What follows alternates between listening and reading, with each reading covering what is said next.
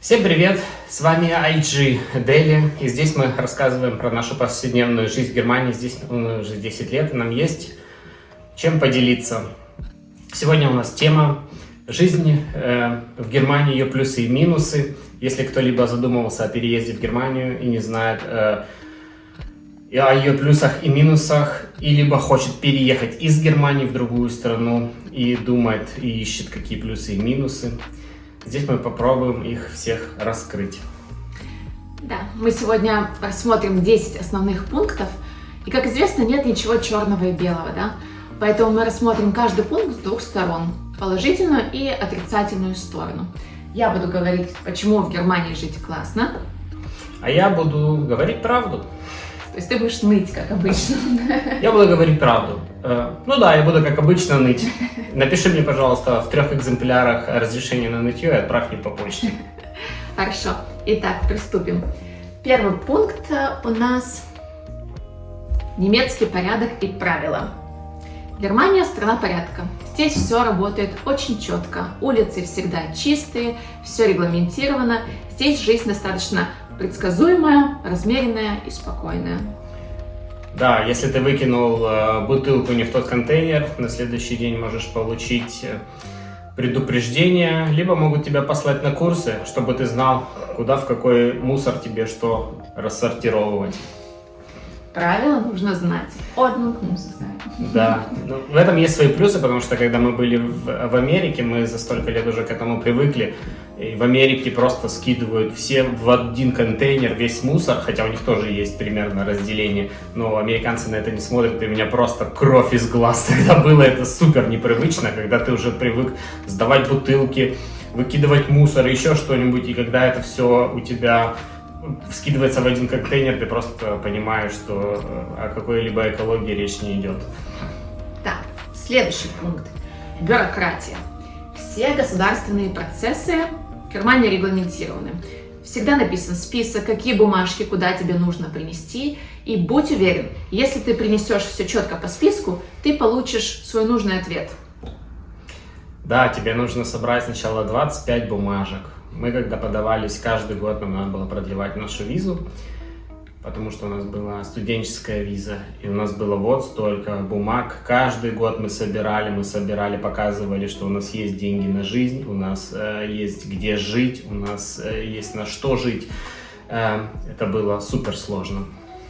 Но зато ты знаешь, что если ты обратился к определенному органу, они точно знают тебе, что тебе нужно сдать, какие бумаги, и потом можешь жить спокойно, если ты, конечно, в принципе, да, если ты не сделал никакую ошибку, потому что если ты сделал ошибку, могут тебе просто вернуть и сказать, что тебе надо исправить. В худшем случае тебе просто вернут документы, и тебе надо начинать почти чуть ли не сначала, и твой взнос, твой ГБО, который ты заплатил, тебе могут его и не вернуть, а это очень часто большие деньги. Следующий пункт, наверное, один из самых важных, особенно для приезжих. В Германии высокие зарплаты, и здесь очень хорошая социальная защита, то есть если ты работаешь официально, как в основном все здесь, у тебя есть право на отпуск, у тебя есть право на больничный по уходу за ребенком, и никто у тебя не может этого права отнять. Тебя не уволят, если ты решил вдруг заболеть, ну не решил, если ты вдруг заболел, или если у тебя ребенок заболел, тебе нужно остаться дома, то работодатель не имеет права тебе сказать: нет, я тебя не отпускаю. Здесь все очень четко в этом плане. И еще есть такое правило, что 3 дня ты можешь находиться дома без больничного. Допустим, ты себя плохо чувствуешь сегодня или завтра, ты рано утром сообщаешь работодателю об этом и спокойно отлеживаешься дома, выздоравливаешь, и потом свежий, бодрый, здоровый выходишь снова на работу. Да, но ты не говоришь о том, что ты половину своей зарплаты оставляешь в налоги, ты отдаешь за все социальные твои безопасности, так скажем, и твои все медицинские страховки половину зарплаты. Если ты получаешь 100 тысяч в год, то половину ты получишь на руки, в районе 50 тысяч. Да, но именно это и создает твою социальную защиту. Эти деньги же должны откуда-то браться. Хорошо, с этим пунктом разобрались. На следующий пункт, очень спорный такой, который и для нас был, наверное, решающим, это климат. В Германии климат очень мягкий. Здесь нет жары, здесь очень мягкая зима, здесь нет больших перепадов температур, и это мне очень нравится.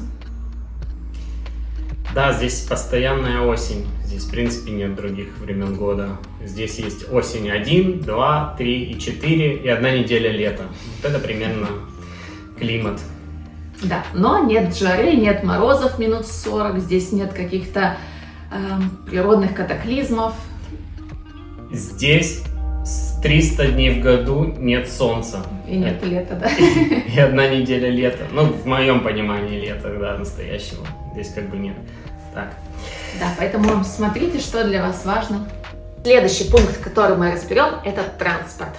Поезда и автобусы связывают Германию от севера до юга, полностью всю страну. И ты можешь легко путешествовать даже без машины. Да, если твой Deutsche Bahn придет вовремя, если ты без машины. На практике это совсем не так, они очень часто приходят с запозданием, поезда отменяют.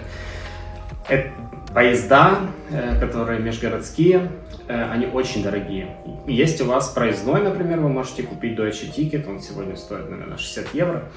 Но вы тогда не можете ездить на ICE, на скоростных поездах, и у вас только междугороднего сообщения. И даже если у вас будет ICE, у вас будет отвратительного качества интернет. И но он будет. Но я не могу сказать, что это вообще, в принципе, интернет, с которым можно что-либо работать в поезде или еще что-то делать. Это очень дорого. Если вы путешествуете на машинах, или машины — это следующий пункт. Следующий пункт. Да. Это то, что все здесь любят, знаменитые немецкие автобаны, на которых нет ограничения скорости. И могу даже рассказать такой факт, когда я сдавала здесь на права, мой преподаватель, как только мы выезжали на автобан, он мне говорил: газ в пол. Он хотел, чтобы я разгонялась минимум до 200 км в час на автобане. И они здесь действительно учат не бояться скорости, потому что это важно, когда ты едешь на автобане в левой полосе 200 км в час, а сзади тебя еще собралось 3 машины, которые хотят тебя обогнать. Это классно, конечно, по сравнению с другими странами. Вот мы сейчас ездим в Швейцарию, максимум 120, и вот теперь ты замечаешь эту разницу, что все-таки немецкие автобаны — это классно. Да, если ты не стоишь в пробке из-за ремонта, а здесь это постоянно. Есть даже, наверное, отдельная тема, можно для видео этого снять, из-за чего здесь очень большие пробки. В принципе, таких пробок я не видел больше ни в одной стране Европы, потому что здесь постоянно... Я как-то даже засекал примерно 10-15 километров на автобане будет ремонт, и причем на этом ремонте, скорее всего, вы даже не заметите рабочих. Ну, как я уже сказал, это другая тема для видео. Возможно, про немецкую бюрократию, в принципе, как здесь все устроено и как они сами страдают от этого. Мне, честно сказать, уже давно не приносит удовольствия ездить, в принципе, по дорогам Германии, потому что бесконечные пробки — это миф о том, что можно здесь разогнаться. В принципе, вы можете разогнаться, но это будет буквально 5-10 километров, где вы можете без ограничений ехать, но вы можете ехать и 300 километров в час, и 400, нет вообще никакого ограничения. Это единственная страна в мире, где вы можете без ограничений легально ехать, и вам ничего за это не будет. Следующий пункт очень важный – это немецкая медицина. Медицина здесь на высоком уровне, и с медицинской страховкой она для тебя бесплатная, то есть покрывает все расходы. Например, у нас здесь есть 2 детей, я рожала здесь, и я абсолютно ничего не платила за свои роды и за беременность. Да, если вы, конечно, получите термин, обычно термин надо ждать 2-3 месяца. В принципе, мы уже к этому привыкли и заранее это как-то планируем. Вообще планировать в Германии... это планировать болезни тоже нужно. Планировать. Здесь надо все. Есть такая шутка. Вы планируете в Германии рождение, жизнь и смерть. Эти 3 пункта вы должны планировать в Германии так или иначе, и немцы по-настоящему это планируют. Да, если вы... Ну, это правда, да. Я никому ни копейки не заплатил, и у нас была шикарная палата. Там был и кондиционер, уже причем встроенный, и там был и телевизор с наушниками, и была кровать, которая на пульте ездит, она была новая. Мы в 2 разных больницах были. Медицина, на самом деле, да, на высочайшем уровне, но есть другая проблема из-за нехватки персонала. Здесь очень большие очереди, но если вы туда попадете, это будет на высоком уровне. И, в принципе, если вы попадете туда по скорой, вас примут и быстро все сделают. Но желаю всем здоровья, не попадайте по скорой. Не болейте. Не болейте. В Германии, как и в любой стране, лучше не болеть, конечно. Да. Следующий пункт. Немцы. Немецкий менталитет. Немцы, я считаю, честные и прямолинейные. Чаще всего они не будут тебе лгать, они скажут тебе прямо в лицо, что они думают. Они очень отличаются в этом плане от американцев, например. Американцы никогда тебе ничего плохого не скажут, они всегда скажут только хорошее. Немцы все-таки прямолинейные, и вот на работе, например, тоже они скажут, какие пункты тебе нужно подтянуть, допустим, или при встрече с соседями, если что-то не нравится, они тоже это сразу скажут. Я со многими немцами уже здесь работал, и могу сказать, что немцы, они в принципе не прямолинейные, это неправда. Они не будут тебе говорить прямо в лицо то, о чем они на самом деле думают. Они могут тебе намекнуть и третьими коленами обойти, и как бы так сказать тебе, но не прямо. Есть разница между западными немцами и восточными немцами. Восточные немцы, они, да, более прямолинейные, потому что это бывший ГДР, это люди, которые даже в школе в свое время учили русский язык. Сейчас, конечно, уже нет такого, потому что ГДР это было, относилось к Советскому Союзу, и там они это учили.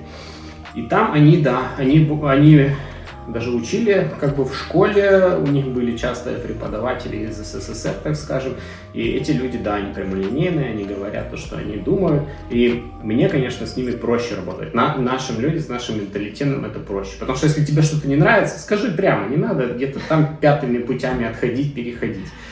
Это зависит, конечно, и от характера человека. Мне легче работать с западными немцами. Этим мы с тобой тоже отличаемся, наверное. Возможно. Так, 8 пункт. Это у нас магазины и сервис. Немецкие товары все еще высокого качества. Германия у нас продолжает ассоциироваться с высокими стандартами, с высоким качеством. Неважно, это товары потребительского характера, это продукты питания, что угодно. И если ты купил какой-то товар, ты без проблем можешь вернуть его в магазине в течение 2 недель, а на некоторых платформах даже в течение 30 дней. Тебе никто не задаст никакие вопросы, ты всегда можешь воспользоваться этим своим правом. Это мое любимое вообще занятие, сдавать товары, которые сломались или которые мне больше не нравятся. Я в этом абсолютный профессионал. Из недавнего мы нашему другу Юре сдавали принтер, почему ему уже было почти 2 года. И мы принтер этот сдали, потому что он очень дорого стоил, это был лазерный принтер. И мы его сдали, в принципе, поменяли ему на новый. И это возможно в Германии. В Германии вы можете даже купить Теслу, и она вам, например, не понравилась, и в периоде какого-то времени можете ее обратно сдать. Я тоже читал об этом. Причем тебе не обязательно обменивать на другой товар, тебе вполне в большинстве случаев возвращают именно деньги обратно. По поводу качества немецкого абсолютно согласен. Немецкое качество на определенные товары есть. Недавно я покупал сверло, чтобы перевешивать антенну на Starlink. Нам нужно был длинный удлинитель. Кстати, у нас на сегодняшний день Starlink, потому что мы, как и все немцы, хотим больше независимости от всех. И чтобы не было никакой, чтобы я хотел, если захотел сегодня контракт свой обрубить, я его обрубил. Так вот, мне для этого нужно было сверло. Я прихожу в магазин купить сверло по металлу. Я смотрю, одно сверло стоит 8 евро. Я такой, блин, ну дофига стоит. Потом смотрю, это от Bosch. То есть у меня в голове сразу, так, немецкое, значит, хорошее качество. Значит, 8 евро не так и дорого. Да, люди готовы платить за хорошее качество. Потом я его купил, разворачиваю, что вы видите, сделано в Китае. И это немного то, что на сегодняшний день грустно. Я бы хотел, конечно, чтобы в Германии было обратно, чтобы было словом Made in Germany, оно обратно вернулось, и чтобы мы сделали, если мы делаем дорого, чтобы это было супер хорошее качество, и чтобы это было сделано в Германии, либо хотя бы в Европе, а не в Китае. Что ты там сказала еще слово? Сервис. Сервис? Сервис слова в Германии я не слышал. Здесь нет никакого сервиса. Здесь, в принципе, как и в Израиле, работают такие же люди, как вы. Вот вы можете просто задуматься, за сколько вы бы делали работу, за сколько вы бы пришли и поменяли бы человеку другому, например, унитаз. Вы готовы взяться за эту работу за какую сумму? То есть копаться в этой грязи, в этом, не буду это слово говорить. То есть и так же самое в кафе. В кафе почему дорого? Потому что люди не готовы работать за 3 копейки, они не работают за чаевые, да, они работают за чаевые, но у них ставка тоже очень большая.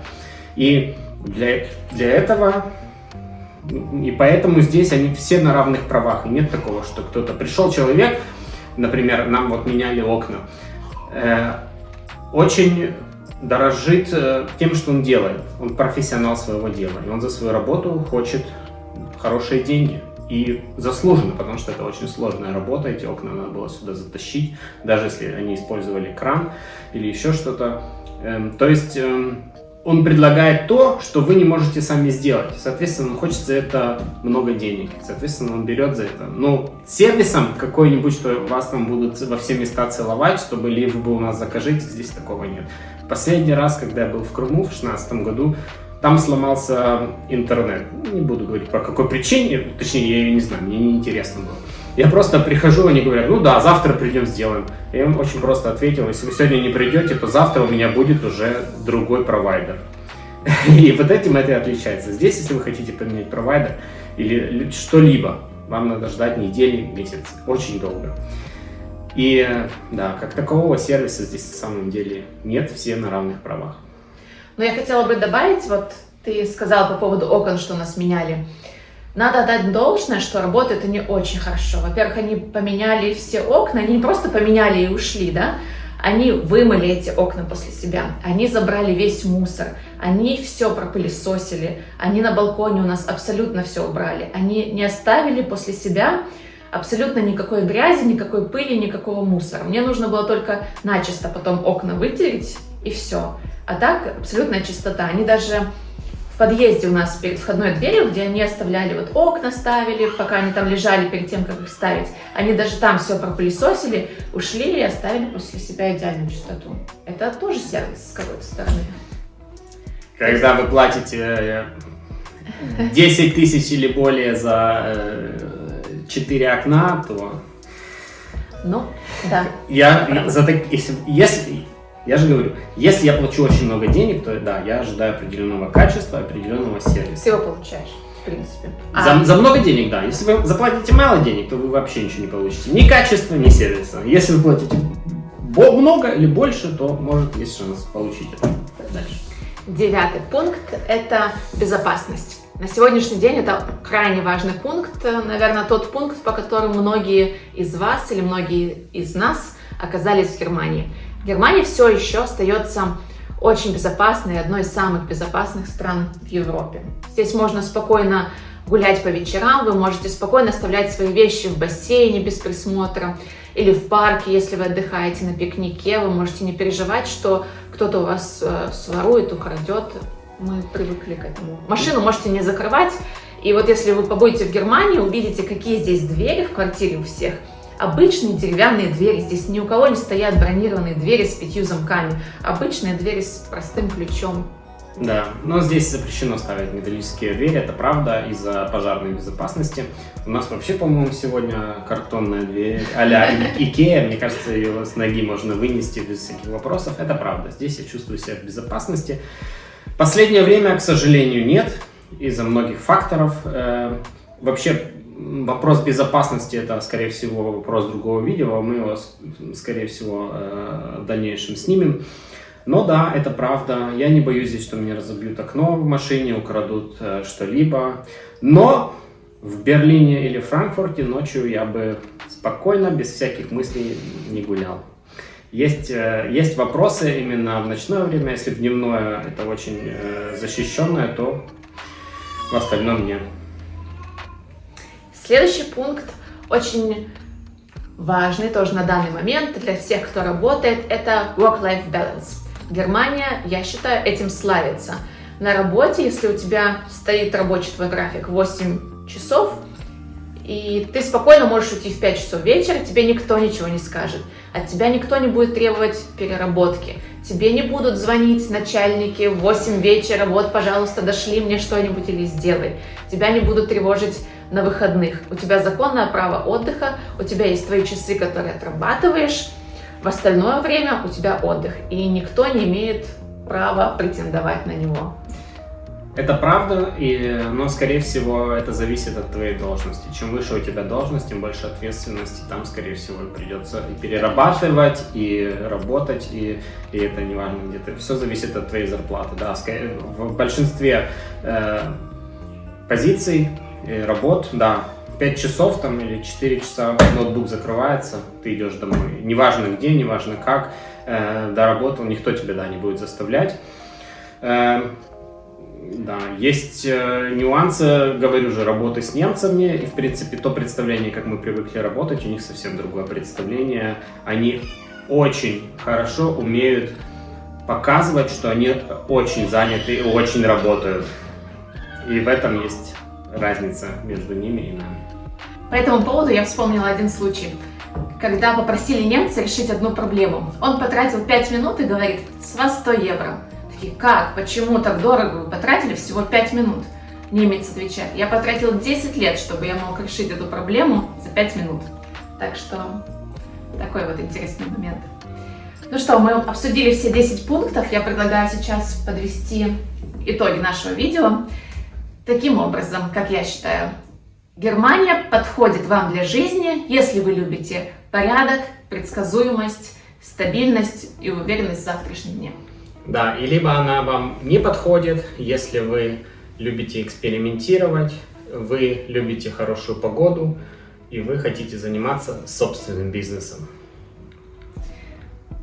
Если у вас есть какие-то дополнения по поводу наших пунктов, что вам понравилось, что нет, может, что-то мы забыли упомянуть, пишите нам обязательно в комментариях, ставьте ваши колокольчики, будем готовить для вас следующее видео. Может, лайки? И колокольчики, лайки, все ставьте. Обязательно подписывайтесь на наш канал, если вам интересно. Если не интересно, можете не подписываться. Но кто подписанный, конечно, узнает новости самым первым. Всем пока. Всем пока.